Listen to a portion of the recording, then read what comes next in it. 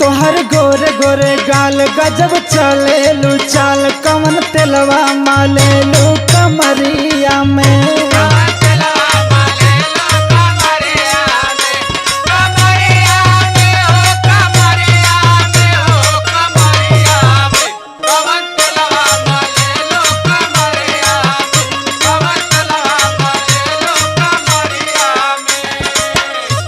यही से कहली कि 2-4 ले पढ़ला तो नाही तू तो पुलिया गोरबा।